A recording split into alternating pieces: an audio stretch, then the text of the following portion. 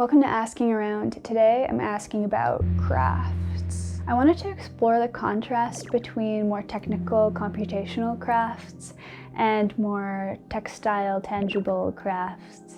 So I started by visiting a few of my friends at Shy Kids at their studio, and we talked about how their relationships with computers have grown as creative and personal ones ever since they were kids. And from there I went and I saw my friend Shannon, who is a talented quilter, knitter, crocheter, photographer, the list goes on. She's a connoisseur of craft markets and such. So we explored some of her archive. And finally, I went all the way to Winnipeg to visit my grandparents, and my Nana taught me how to knit. I really cherish that I had that time with my Nana over the holiday season. So I'm excited to share all of that with you today. But first, Shy Kids. Okay, welcome Andrew and Matt and Daniel. So I'm making this talk about craft, people's different kinds of crafts, and that made me think of Shy Kids because you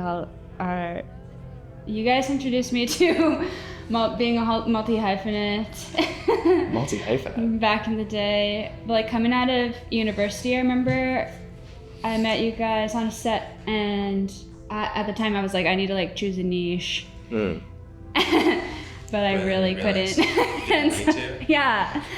And so I saw you guys were doing all this stuff like music and film and everything, and that was encouraging.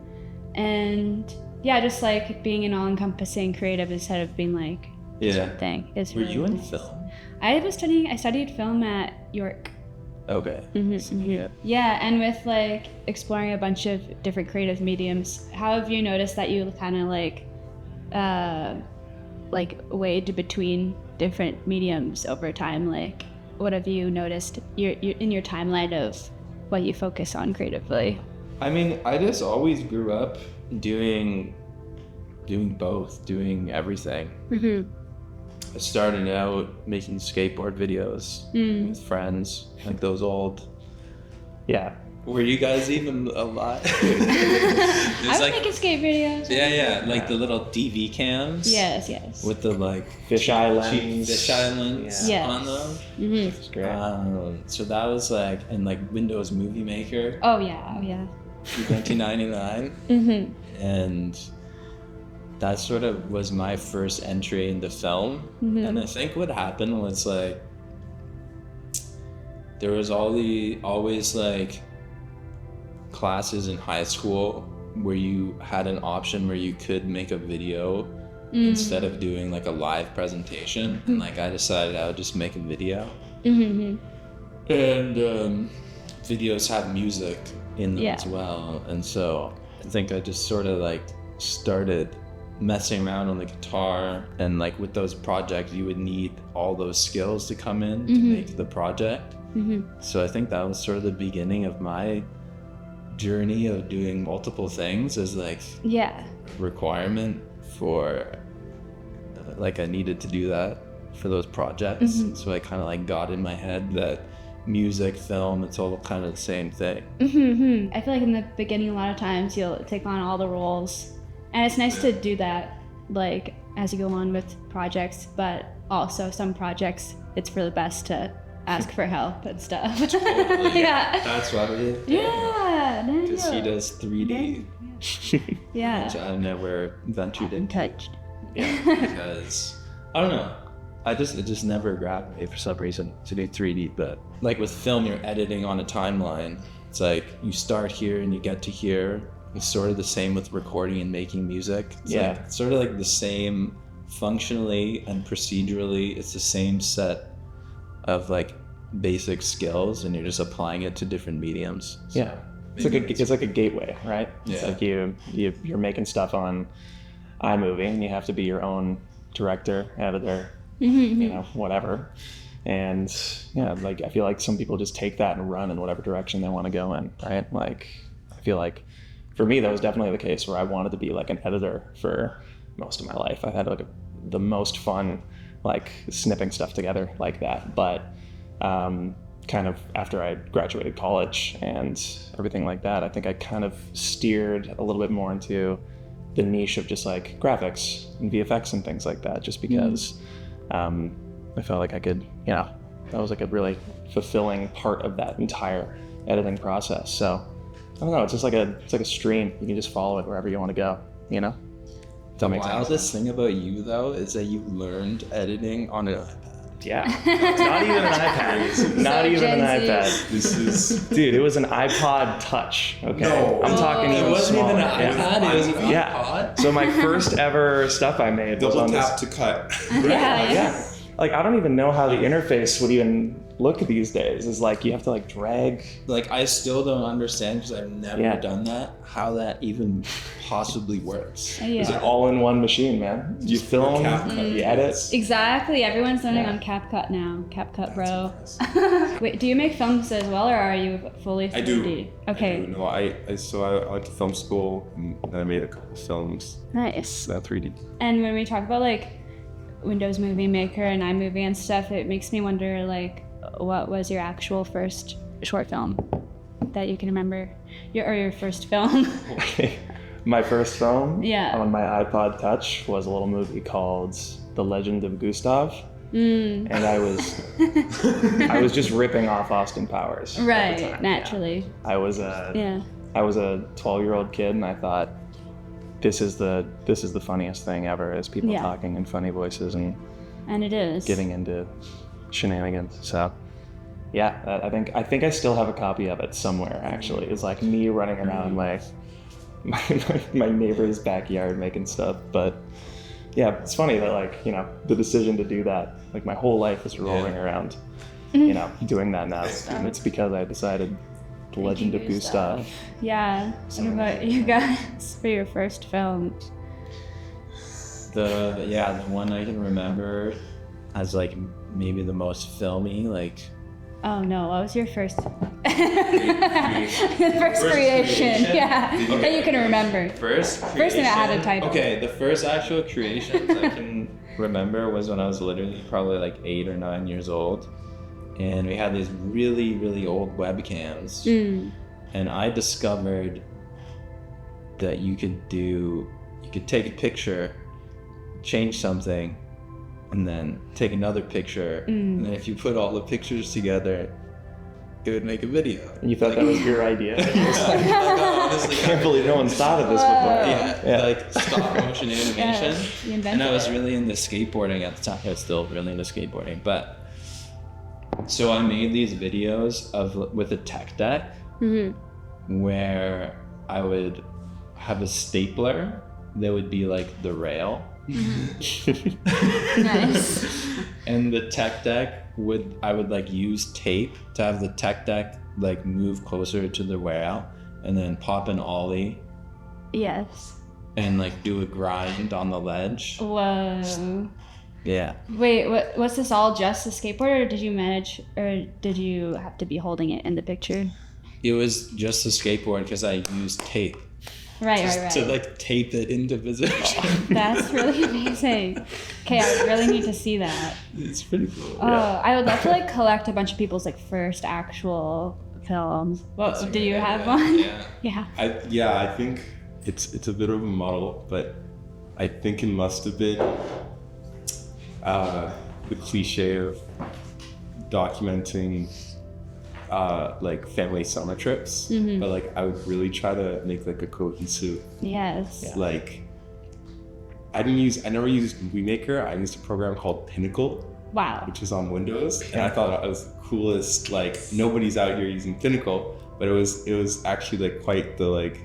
It was just like for whatever reason the default editing software on my dad's PC. Okay. And so like I just didn't have it was funny, like it was almost like I didn't have the luxury to have Movie Maker, so I had to use Pinnacle. People had these amazing like intro title cards with animations, and they'd have like these like black and white like cityscape title cards with these like 2D spotlights moving in the air, and you could put like your title in the middle of it. That is amazing. And so I think the first movie was like Daniel's summer movie. Like 10. Yeah. Yeah. one of my first films, the one that I remember vividly, is my friend and I made we made a spin-off of Narnia, where when you go through the closet, so we went through my closet, we had a different entrance, and then when I put on my glasses, I remember I put on these glasses and I said, with these glasses, I can see even more Narnia. What does that mean? Is there like several layers to Narnia? Yeah. So I don't remember. I thought Narnia was like a land that lived in the closet. Yes. Like step through a mirror. Yeah. Yes, we stepped through my sliding mirror closet and went into my backyard, and that was Narnia, and I could see more of it. But that's back in the day. And then today, what's like, when you think of your crafts now, what are your main inspo right now? I've been like pretty obsessed with like After Effects for a good chunk of my life at this point. A lot of like motion graphic stuff and things I like to have fun with, but I'm also lucky enough that I get to do that with these guys on like actual projects and things, and it's kind of become a bit of a solid career path, which is cool, and I'm thankful for it.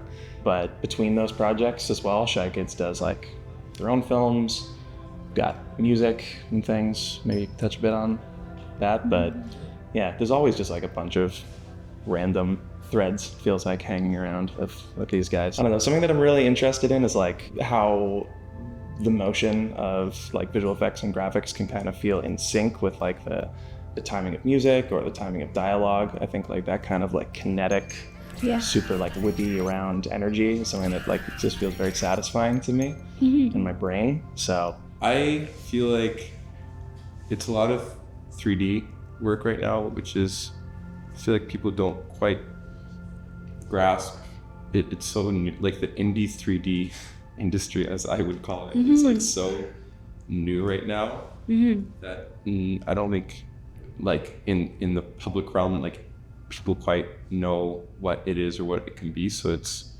I would think of it as like MoGraph or like 2D animation elevated, because there's an extra dimension where you can have photorealistic lighting. It doesn't replace it, but it's just a different style. So I think it lends itself to, if you're trying to do like scientific stuff that's photorealistic, that's what we're working on right now, more like photorealistic scientific animations. It also has the ability to like jump down this rabbit hole of like wacky, stylistic, cartoony like styles as well, where you can do like animations, music videos, you do illustrations. Like I really love doing illustrations for album artwork, and I wish to do more of that in the future. But then it's also this weird balance of like 3D is cool, but it's so digital and so like in the computer. I also want to go back to creating like the family trip summer videos. And it's interesting because like I just recently like pulled out that same camera that I used when I was like 10 out of this like shoebox at home, and it's like a 15-year-old camera that shoots like 720p and it's terrible quality, and I've just been shooting on it again, and I've just been like documenting the seasons change, and it's so cool. It's so like tangible, and it's so like present with just interacting with the world. Less expensive analog. I think you can still get a really beautiful image out of it if you know their limitations and you know how like it still seems to feel more cinematic than like 4K iPhone footage.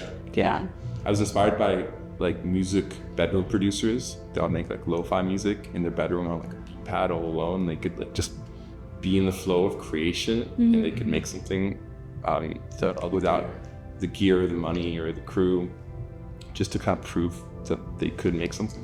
And I was like, what's the film equivalent of this, where like I don't have to go outside and interact with people? So it was 3D in a way. If I still want to be creative and nobody gives me budgets, nobody gives me like the opportunity to make stuff, like nobody can take Blender away from me because it's free up until the point where they start like a subscription. What's your favorite thing you've made in After Effects that was for fun, or maybe something that was for a thing? I really like the animations I did on a certain part of this HBO series we worked on called The Vow. There was these animations of remember the joy thing? Yeah. It was like diagrams of that this cult leader would use to explain like the connections between different emotions or something. Yeah, it was sort of like a chart looking thing. Yeah. But I also am thinking about how, you have Gathering of Batteries coming out right now, which I've enjoyed listening to. We did a little listening party of My Love, My Love, My Love. And it's always mellow, always a mellow vibe from Matt. But also you think, I didn't know if I had a third eye before, but now I do. When you listen to Gathering of Batteries. You feel like it's a spiritual journey. Yeah, it's a spiritual journey. That's a great comp. Yeah. Like coming out of making that album. Because I think I remember talking with you guys while you were making it still. And how does it feel now being on the other side? I guess there's still some processes to do, but. Yeah, we're not quite on the other side. But the big, huge, vast majority of it is done, and now we're just releasing it. It'll be out in March. But yeah, it feels like a literal worldly weight is off my shoulders because it's like pushing up a giant ball up a hill for 2 years. Right. And like I felt like I needed to make it. Like there was something in me. So there was definitely, I remember there was this one song, Somewhere You Want to Be, on it. And I just remember like, I felt like I had that moment with that song and that it hit something in me that revealed something of myself to me that I didn't know before. And I was just like listening to it over and over for like 5 hours. Like, this is really hitting something for me personally at this moment.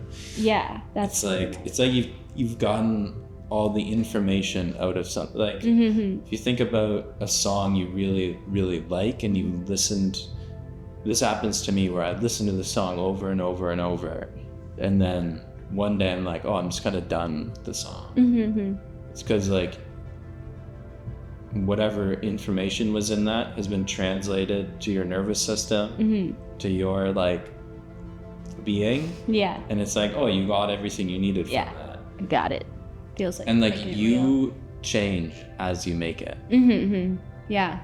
If you don't change as you're making it, then I don't think you did anything. You just did the same patterns you already know. You did the same, you're just repeating. But if you make something and you come out the other end and it feels like you see the world differently, or see yourself differently, or see a situation differently, then you successfully did the process of making a song, or making art or whatever. My friend Shannon, she's a great crafter. She's got so many different mediums going on. Yeah, I've kind of dabbled in just about everything. Yes.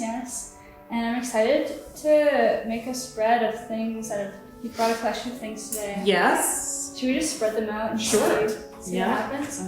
So I brought some of the stuff that I've been working on lately. So some cyanotype stuff. Cyanotypes you can do on papers traditionally how you do them. Yeah, so it's a alternative photography process where you combine two chemicals that when combined are sensitive to UV light. So you paint it on the paper, or in this case on fabric, and then you can use found objects. I have some notebooks here I made with flowers. Very nice. Nope. What did I do with them? I might have forgotten them. That's okay. I can show them my flower notebook that I have. Okay. I can't believe I did that. Anyway, you can do found objects like flowers, plants, things like that. Or you can make digital negatives on acetate, and then you can print your negatives on the paper, and then you expose it to either the sun or to an artificial UV light. Yeah, super cool. It's super cool that you can also get like different opacities of it. Yeah. Very nice. Yeah. And this one, what's this process? That is, I was experimenting this year with some image transfer processes. So I altered photos. I didn't mean to bring all of those. Like, I must have put the wrong handful in the bag. Those ones, well, this one. First of all, this one, so I like altered photos in Photoshop to kind of look like that stamped sort of look, and then printed them on a laser printer, and then used acetone to transfer the image onto the cardstock. So it gives it that kind of sort of like so you rough look.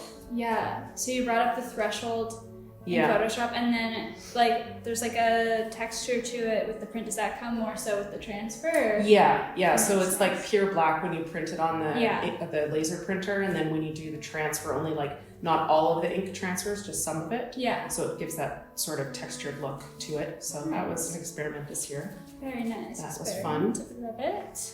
Those I brought 1 million of them by accident. I see 1 million of them.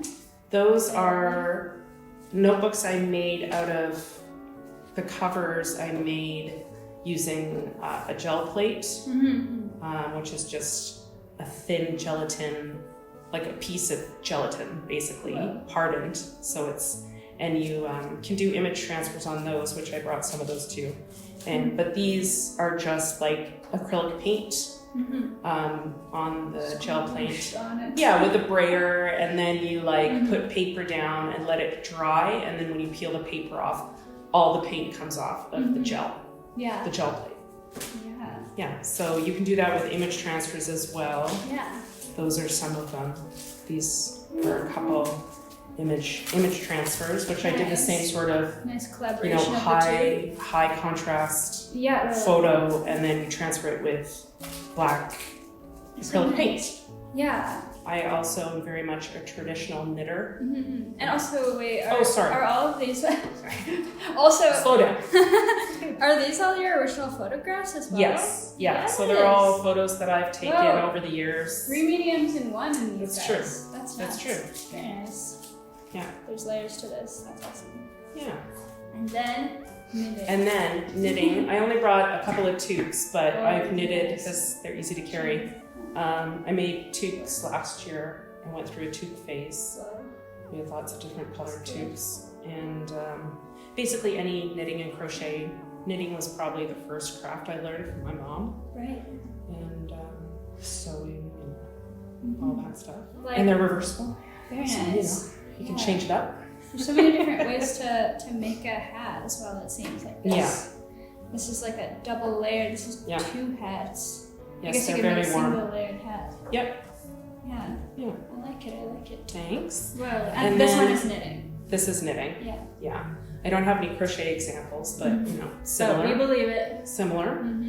Then a couple years ago, I went through a making bowls out of rope phase, which basically you just buy rope and you use a sewing machine to kind of mold it into a bowl shape.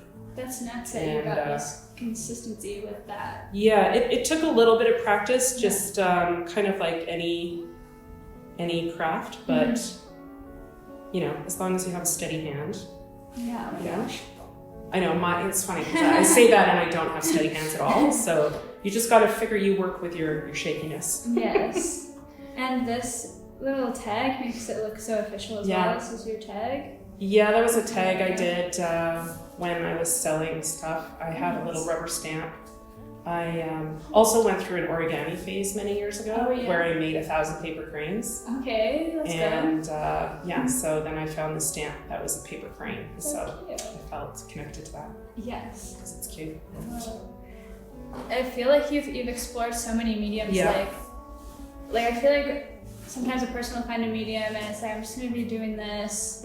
And they'll be like, that other medium, I don't know, I'm doing this one. But you're just like, you're doing all the mediums. I switch between them because I get bored of one thing and I want to try something else. And I think that's, probably part of why it's hard to monetize what you do because you have to like really kind of just focus on one thing and just do that one thing, and I have a really hard time doing that. Apparently, yeah. So, the last thing I wanted to show you was this quilt. Another thing I got into a number of years ago now, was quilting. And I taught myself how to quilt, and I brought this one because this is one of only 2 that I hand quilted. This is so nice. If you like look closely at all of this stitching, that was all hand stitched. That's nuts. That's so consistent. Was a long process. I just finished hand stitching another one, and I have to bind it now. Binding is when you put this around the edge. Yeah. So wait, some of this was sewing machine? So like the squares I sewed together. Yeah. And then I sewed like with a machine. Right. And then I sewed the binding on with a machine. Right. But like the actual quilting part is all hand quilted. Whoa. So, it was my first attempt, so it's not like super consistent, like if you were at a quilting competition, they would look at all your stitches to make sure they're the same consistent size. But for my first time out, it was pretty exciting. So I really like quilting too. I've made probably about, I don't know, maybe 12 to 15 quilts so far. Yeah. And they're very time consuming and expensive to make, but for real. Totally worth it. It's very and I like that you can tell it's made by hand. Like I mean, and like to know that it's made by hand, it looks extremely well done. Like it's like just knowing something's made by hand just makes it that much cooler of an item. Yeah, I mean, I can, like a lot of people think, well, like materials for crafts are very expensive, like yarn, fabric, those things are very expensive. And so some people have the attitude of like, why would I spend twice as much to make it as I would if I could buy something like that for like half the price. But really it's the process of making it, and like making something that will live on and that exists in the world. It's like something tangible that you can use to keep warm, or you can look at and it makes you happy, or write notes in or whatever. Just the process of making a tangible thing is really like satisfying. Yeah, and it's nice when you can make something and it goes on and has a life after you make it. Like I've got one of your notebooks and I bring it around to all the open mics I've been doing. Yeah, nice. It's got a lot of bad jokes in it now. And perfect. Like this blanket. Do you use this blanket, or do you keep it safe? I had a friend make me like a quilt ladder, just to display them. So most of them I use, but there's like 4 that I have just on the display ladder in the living room that are my favorites. That's nice. Yeah. And like knowing having the skills of like various crafts is really fun too around maybe a time like this. Yeah. It can make some actually good handmade gifts. For sure. I've done a lot of handmade gifts over the years for family, and knitting blankets and making pillows, and it's just a reason to like make things, because you only have so much room in your house for the things that you make. So it's really good to get them out there, especially into the hands of people you love. Yeah, exactly. And people really appreciate like a well thought out handmade gift. Did you hand make any gifts this year? Not yet. Usually, like if I'm gonna send stuff to my family, because they all live out west, I'll like send it like in January or something, so that I have like the holidays to spend time making stuff. Yeah.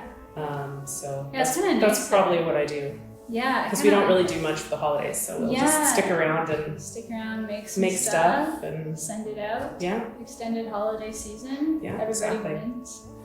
That's so nice. Yeah. How did you get so into crafting in the first place? You mentioned that your mom taught you how to knit. Yeah, she was always a knitter growing up. She would knit us like sweaters for Christmas and stuff like that. So I learned how to knit from her. And then I also learned how to sew from her. And then I just kind of started doing that a lot in my 20s, and then I also went to school for photography and like learned how to work in a dark room and everything. And learned different photographic processes, and just kind of kept experimenting. It really is like my happy place. It's keeps me, calm and happy to just make stuff. make things that make me happy, whether they just sit in my basement for the rest of my life or like they go out in the world. It's just the process that I really enjoy. Like crafting with someone else can feel so nice too. You're like making this thing together. Yeah. And seeing how you can help each other out is super, super cute. Yeah. I mean, that'll happen on photo shoots as a whole team and stuff, but have you ever crafted stuff with someone and it's been nice? Probably like my sisters will just like, even if my sisters come to visit or I go home to visit or whatever, like we'll just all just sit on the couch, like working on whatever project we're working on, whether it's, crochet or knitting, or my sister was into beading or like whatever. It's just like you can sit in each other's company and not feel like you have to like entertain each other. You just sit around crafting and enjoying being together. Yeah. So that's so good. Yeah, it's a good vibe. Yeah. And just, going to markets and different events and stuff where other makers are not necessarily the same crafts, but just in general, people who are like passionate about something that they do. And maybe can show you a new medium. Yeah. It's fun. Yeah. Like, I met a ceramicist at City of Craft who was great. And, just everyone's just like, just like-minded. Yeah. How did you even discover that this like gelatin one was a thing? It's weird. I guess just a lot of, it sounds kind of lame, but a lot of Pinterest and a lot of Instagram. Nice. And, like sometimes the algorithm works for you where it's like, oh, you're, based on artists that you follow or things that you're interested in, they'll show you different things. And so I was looking up different kinds of image transfers because I've always been interested in doing image transfers. And I learned about the gel plate, which is with acrylic paint, and it's tricky to figure out. It took a while to figure out the right type of image and the right amount of paint and how long to leave the paper on, and like there's all this, what type of paint to use, and a lot of experimentation, but it turned out pretty well. That's like one of the fun things too. Like I've tried crafts where like I couldn't figure it out and I just gave up because I was like, ugh, I can't be bothered. Yeah. But sometimes they turn out well. Yeah, it's nice when you find your craft, the one that sticks for you. So many different options out there. Yeah, for sure. Yeah. I definitely have not found the one. But there's so many to discover, so many to explore. I love yarn. Like I do needle punch with yarn and things like that too. So anything yarn related, I'm a big fan of. Yeah. What brings you back to crafting every day? It's hard to explain, but I just like, it's just kind of where I meditate. It's like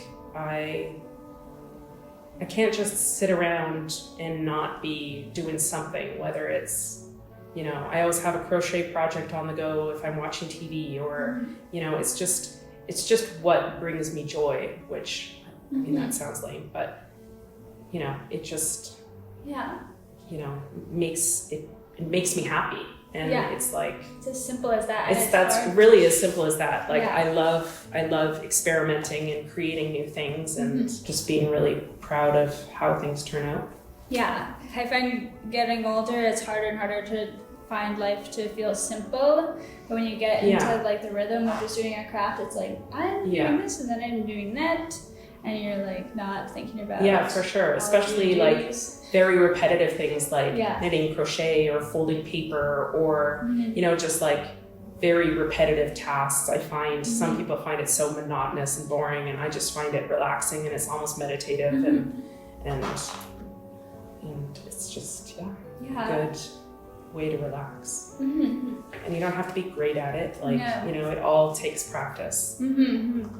I've probably been knitting for like 30 years. Yeah. So like, it takes practice. Yeah. It does. And you were saying you did a lot of knitting with your mom. I'm wondering about when you were a kid, what crafting was to you as a child? Like my mom was always like, she was the same, where she couldn't just sit and watch TV. It was just like, she was always busy making something if she was sitting there. And it's just fascinating as a kid to see somebody take like something that's not really anything and like turn it into a thing that's wearable, or you know, like a blanket, or and it fascinated me as a kid to be like, oh, that's cool. You can, you know, take this random, you know, thing and make it into something. Yeah. I did a lot of crafting with my nana when I was a kid. We'd make little felt critters. Yeah. We'd sew little clothes and stuff. That was always a really nice way. That's just a good, a good way of like sharing knowledge and, you know, just visiting and like spending time with people that's like relaxed and slow. Yeah. It's so nice to have like an artifact from a loved one like that. Like I think about how maybe, you know, grandparents aren't around forever, but maybe the pair of mittens will or something. That's really sweet. Yeah. I love an artifact. Yeah, for sure. Yeah. Quilts are good for that. They last a long time. Yeah, and it's so like metaphorical, like the warmth that they can provide for a long time. Yeah. So sweet. Do you have any advice for someone to get into a craft? Anything for finding some motivation? I mean, some people, it doesn't do much for them, and that's fine. Other people who just want to try something, you know, like, just don't get discouraged. You know, pick something that's not crazy difficult, or like, you know, I know people who have just learned to knit in the past couple of years and, you know, have knit like 10 scarves, and like, that's great. You know, that's a good place to start. Scarves are easy. You know, and just like gradually pick something a little bit more difficult. I mean, don't be intimidated, basically. You might have to start over 10 times, but we all had to do that at one point. So, you know, just, you know, if you enjoy doing it, even if you're messing up, that just keep at it, and no one's judging you. And have fun with the challenge. Exactly. Have fun with it, and you know, if it's too frustrating and you want to give up, that's okay too. Try something else. Move on to the next you know, like try painting, or you know, there's so many things. There's so many different things of creative outlets that you can try. Yeah. We've got the Loop Brigade, Charlie the Penguin. The stuffing is vacuum tight. Very little. Yeah. DIY handcrafts, crochet kit, and it's got the QR code for the video. Let's see what they do. Okay, going around your finger. Whoa. Yeah, that's to secure it so that it doesn't slither on you when over here. Because if you don't anchor it around your small finger like that, it will keep sliding. So I've got that. And then there. Is that it? I don't know. I don't see it. Is that it? I don't know. See, if you pull it like that, then you can come through it without it. Okay? Now you're at this stage over here. I think basically what you almost have to do is learn how to do all the different stitches here that they tell you. And then you go to your pattern over here and you follow each one of those stitches. Yeah, I have to learn more. See, I turned around a little bit. Okay, yeah. But I don't know. That's not what I want. But yeah, I don't know how to do a magic circle. Now, if I could knit that, no problem. Yeah? Should we knit something? So do you want me to put your stitches on? Sure. And how many would you like? I don't know how long should it be. Maybe a thinner one. Okay. But not too thin. Just start with one that's manageable. A fashion scarf. See, now this is how you know how she was telling you to put your stitches like. This is how you do your.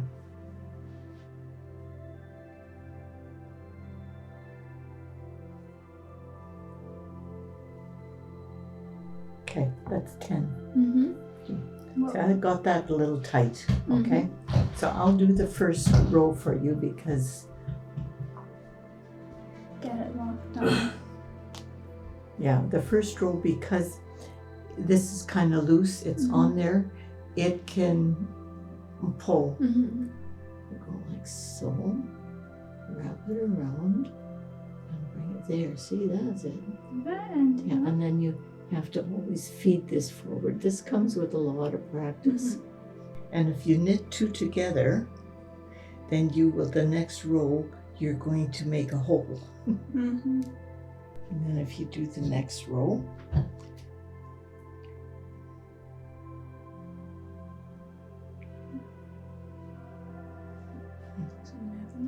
yeah, sometimes you sort of like one flips over the other side. But if you do the next row, you can, here. See, it's already starting. So the next row, you just start again. I always use this as a control. And then if you wrap it around your finger this way, you've got the tightness, but you can let it go as you need to have the extra thread. And now, like, you can just sort of tighten everything, like you can pull this and so that everything gets tightened. Like that, that'll tighten up with the next thing. And then now you just go on the next one and then come through. Your tension comes with the more you do, the more you knit. Okay. See, you learn to use all your fingers different, like together, but see, that's not bad. That's not bad. Something happened in there, but yeah. Like, take this and hold it down there so that it cannot turn on you. You need 10 fingers. You know? Yeah. Okay, now bring this over to the front like so. Like, you can do it this way. And then go into underneath this way. If it's a little bit too tight, you have to kind of work it through. And then bring your finger forward. No, keep that on there. And go like so. And then come back. And go back through that loop there. See? There you go. Now you take it off. There you go. okay. And then the next one, again, you go in through the top this way. Come around and makes a loop, bring it back through to the back. There you go. Okay, I'll try it. Okay, gonna try it now? Here you go with nothing. Okay. Okay. Got it.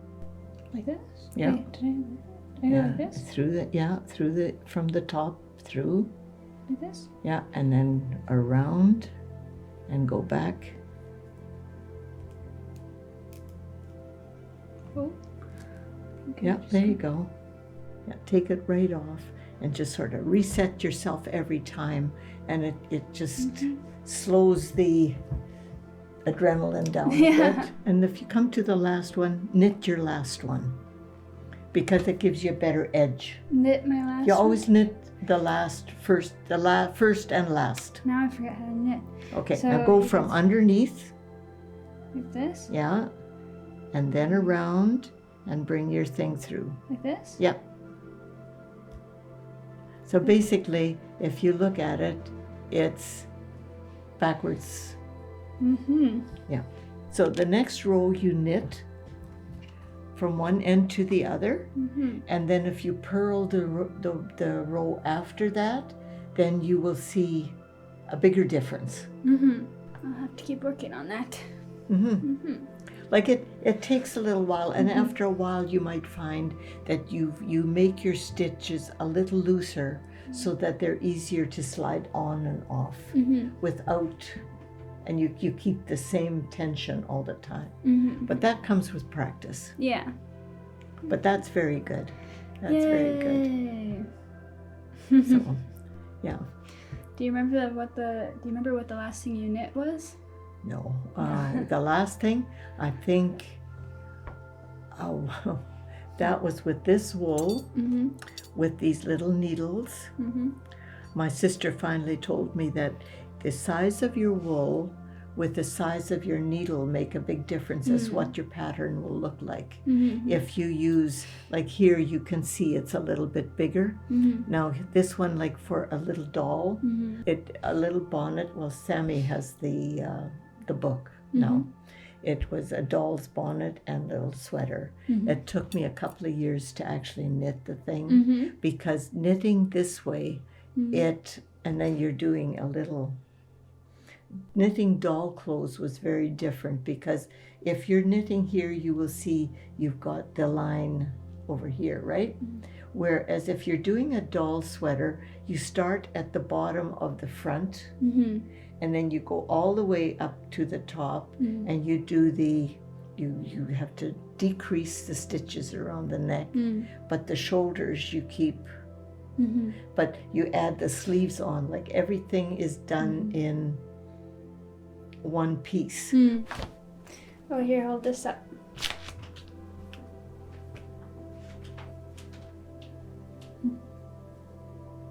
You made that in grade 4? Yeah. Nice. That was my first year.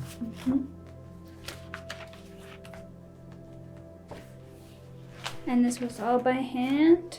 These Yeah. ones? Yeah. Oh, are these are all by hand too, of course? Yeah. That's cool. If you do embroidery, that's where you would use a lot of that kind of stuff. See, and this was basically how to make a corner, you know, like up there. Yeah, a and, bunch of different corners. and the square. This is a nice hem seam. What's this one? Is this like how to cut? This was basically the bias, you know, like a bias is a cross cut of a fabric. Okay, that's just knitting. That is knitting. Like that's every row you do the knit stitch. And the stocking stitch is a different And stitch? this one here is, this stitch here is you knit one row, purl one row. Oh, okay. That's so where what you're we're going doing. to have Okay, so we're doing the this stocking look stitch. over here. Yeah. Okay, nice.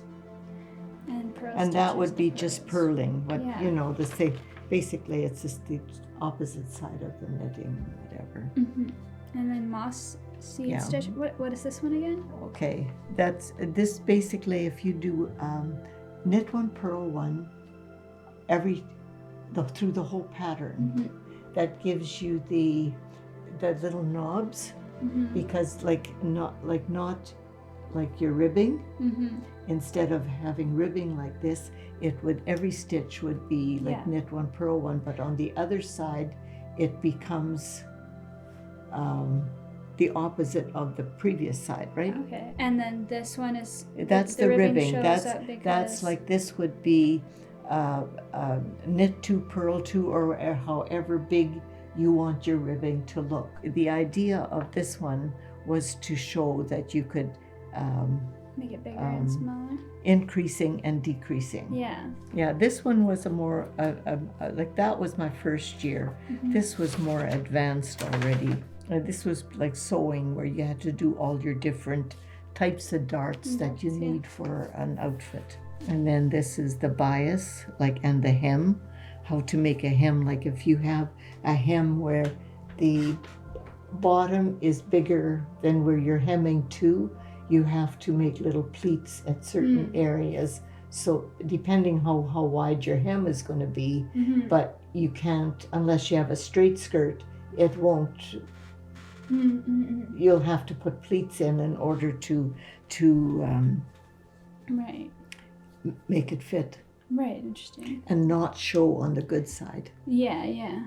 So this. See, in here you kind of used a bias tape to do that. Cool. And then this is the placket. And this is how to sew stockings. And this, of course, is darning stockings. And this is if you want necklines, how to make your necklines. Nice. That's it. Yay. Yeah. Good job. Yeah. I did learn something. Yep. They haven't been sewing much lately. No, I find my hands get very sore, and they just don't want to,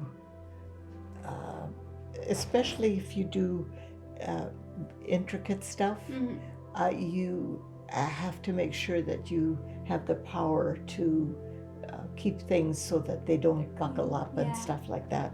Yeah. So yeah, and after a while you can only do so much at a time. And who am I going to sew for? You guys sew for me. I'll sew for myself. I can sew for myself. yourself. Yeah. I really cherished visiting everyone for this episode. I related so much to our childhood experiences with the Shy Kids guys, Andrew, Matt, and Daniel. We all had connections to a Windows Movie Maker that went really deep. And I appreciated Shannon showing me the sheer variety of crafts that there are to try, and inspiring me to know that if you do want to learn how to do a craft, you can always self-teach or learn from a loved one who's good at it. Like, she learned how to knit from her mother, and I'm really happy that in this episode I got to go to Winnipeg and learn how to knit from my Nana. Really something I'll cherish, and I'm gonna try to keep up knitting through 2025, hoping to end up with a scarf. You really hope to learn something like knitting from a loved one. It's just this really tangible craft that you put so much love into, and the teaching of that craft also is such a loving expression. So yeah, my heart is warm for this episode, and thank you so much for joining me. I've really enjoyed doing this Asking Around series. I told myself I wanted to do 12 documentaries in 2024, and just by the skin of our teeth, we are doing that. So thank you so much for joining me through this. And I just wanted to get outside of myself, make new friends, and deepen my connections with my existing friends. So thanks to everyone who's participated, and I'm really glad that we have these documents now to remember learning together, asking questions together, and I don't know, maybe we have more questions than answers at the end of all of this. It's funny, sometimes the more you know, the less you know. So, but I'm going into 2025 with a lot of curiosity now, thanks to this series. It's been fun. This project has definitely shaped how I'm gonna go on with my own crafts. So thanks for joining me. Keep asking.